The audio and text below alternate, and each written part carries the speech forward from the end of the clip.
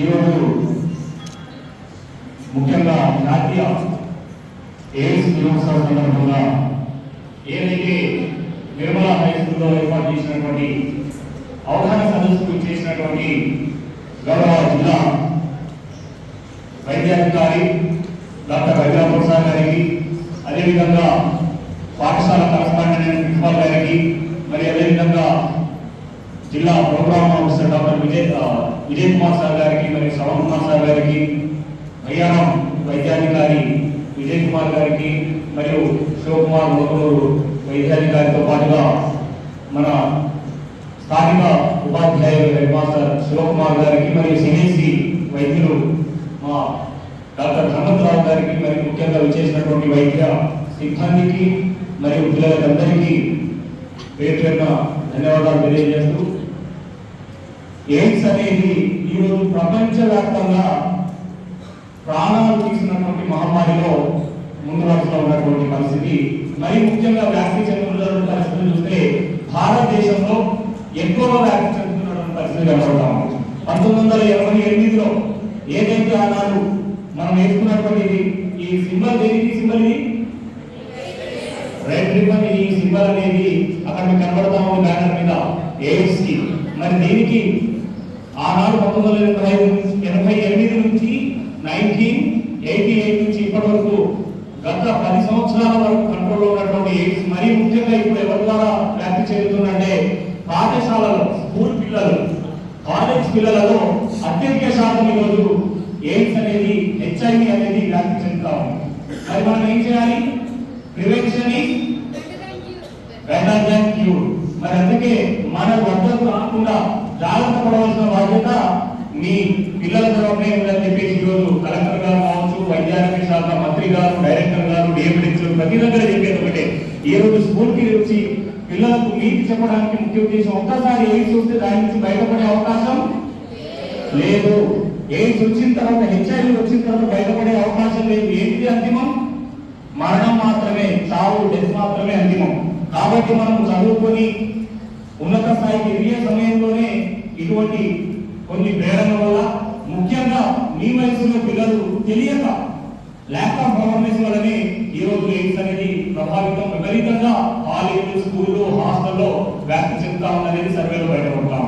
కాబట్టి మీరందరూ జాగ్రత్త వహించాలన్నదే ఇంతమంది ఇక్కడ కరస్పాండెంట్స్ కావచ్చు, మీ కళాశాల పాఠశాల విద్యార్థులు కావచ్చు, వీరందరితో పాటు మా అధికారులు వచ్చి చెప్పడం కూడా అవగాహన కలిగించడం కేవలం ఏదో క్లాస్ చెప్పినట్టు కాదు. మీ భవిష్యత్తుకి రేపటి రోజున ఒకసారి ఎయిడ్స్ వస్తే మిమ్మల్ని మీ ఊళ్ళో ఉంచరు, మీ తండాలలో ఉంచరు, మిమ్మల్ని ఎవరు పట్టించుకోరు, జీవితం అంతా నాశనం అయిపోతుంది. అవునా కాదా? మరి కాకుండా జాగ్రత్త పడాలంటే మనమందరము ఇంతకుముందే చెప్పినట్టుగా prevention is better than cure. మరి ప్రివెన్షన్ ఏ విధంగా చేయాలి? ఎయిడ్స్ రావడానికి కారణాలు ఏంటి? సెక్షువల్ కాంటాక్ట్స్, ఇంకా బ్లడ్ ట్రాన్స్ఫ్యూషన్స్, ఇంకా నీడిల్, ఓకే, డ్రగ్ అబ్యూస్, ఇంకా మదర్ టు, ఒకవేళ మనకు ఆడపిల్లలకు వచ్చుంటే ఎయిడ్స్ తో హెచ్ఐవి సోకినటువంటి మదర్ కి వాళ్ళు జన్మనిచ్చిన పిల్లలకు కూడా వచ్చే అవకాశం ఉంది. అదే మనం చేసిన తప్పు వల్ల మన నెక్స్ట్ జనరేషన్ కూడా సఫర్ అవుతాం. ఇప్పుడు సెక్షువల్ ట్రాన్స్మిషన్స్ ఏ విధంగా? మేల్ సెక్షువల్ ట్రాన్స్మిషన్స్ కావచ్చు, హాస్టళ్లలో, కాలేజీలలో అవి ఎక్కువ జరుగుతూ ఉంటుంది పిల్లలలో. బైసెక్షువల్ కావచ్చు, లేదంటే మల్టిపుల్ సెక్షువల్ పార్ట్నర్స్ వల్ల, ఒకరు కాకుండా ఎక్కువ మందితో సెక్షువల్ కాంటాక్ట్ పెట్టుకోవడం వల్ల కూడా సెక్షువల్ ట్రాన్స్మిషన్ వల్ల హెచ్ఐవి సోకుతుంది. అది మీ ఇంట్లో వారికి, మీ తల్లిదండ్రులకి, మీ గ్రామంలో వారికి కూడా మీరు చెప్పగలగాలి. ఎవరు ఎయిడ్స్ ఇలా వస్తుంది, ఎవరు కూడా అజాగ్రత్త, నెగ్లిజెన్స్ వహిస్తే జీవితం నాశనం అవుతుందని వాళ్ళు చెప్పగలగాలి. చెప్తారా?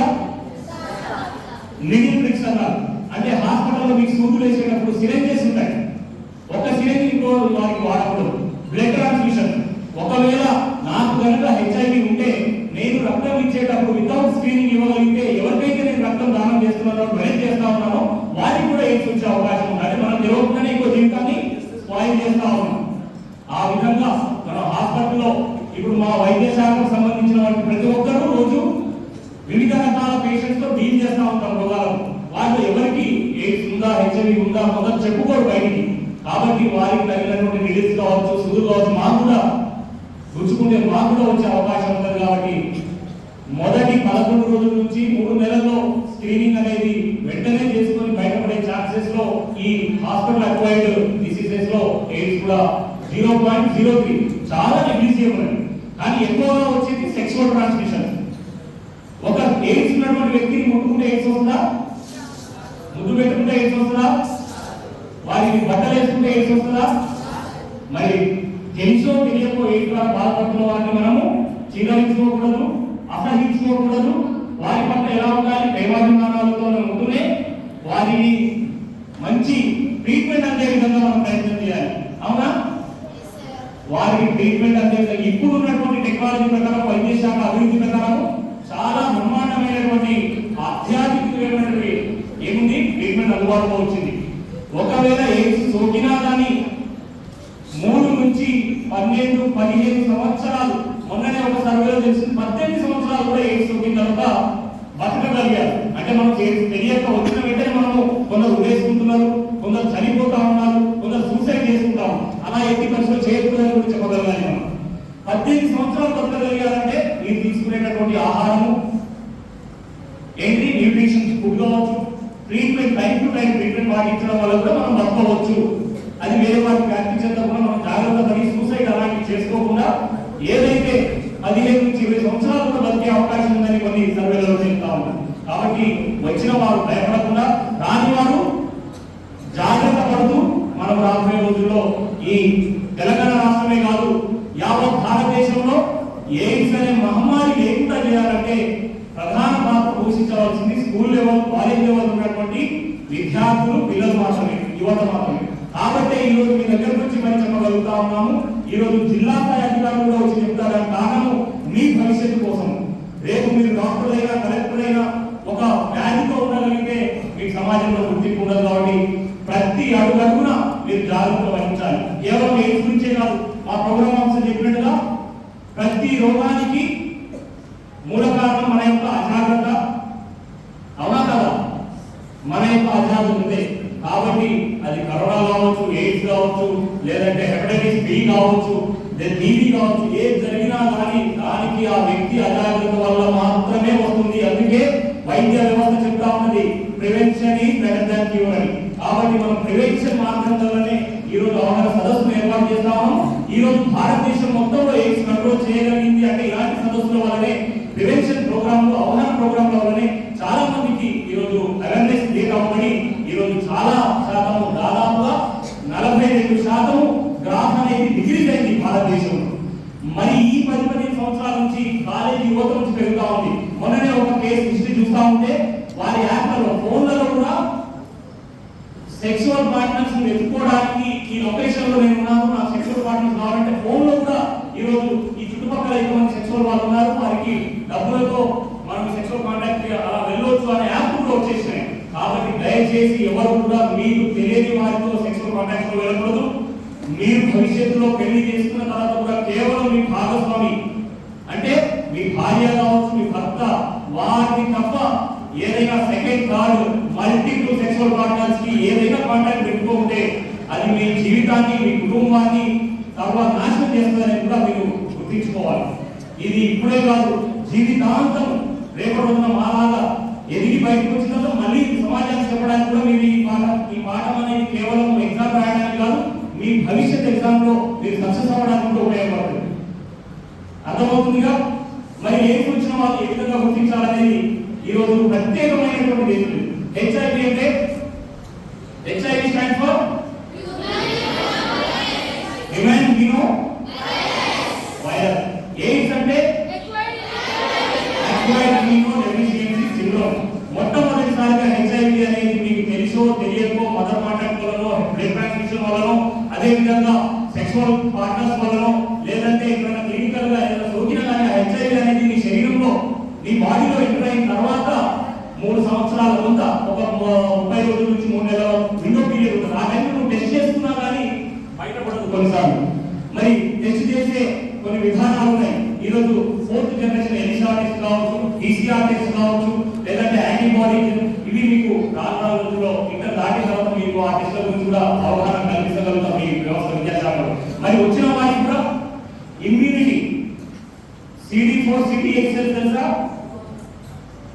ఆ సెల్స్ ఆధారంగానే మీ బాడీలో ఇమ్యూన్ సిస్టమ్ అనేది ఏ విధంగా పనిచేస్తుందని. ఈ HIV అనేది వెళ్ళేసి CD4 cells and CD8 cells damage చేస్తా ఉంటుంది.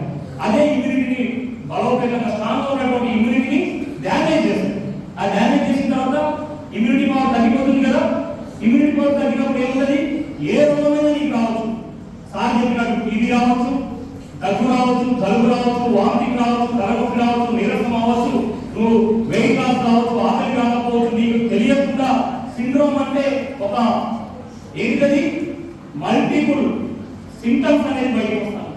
అటువంటి మల్టిపుల్ సింటమ్స్ తో పాటు వచ్చేదాన్ని అక్వైర్డ్ ఇమ్యూనో డెఫిషియన్సీ సిండ్రోమ్.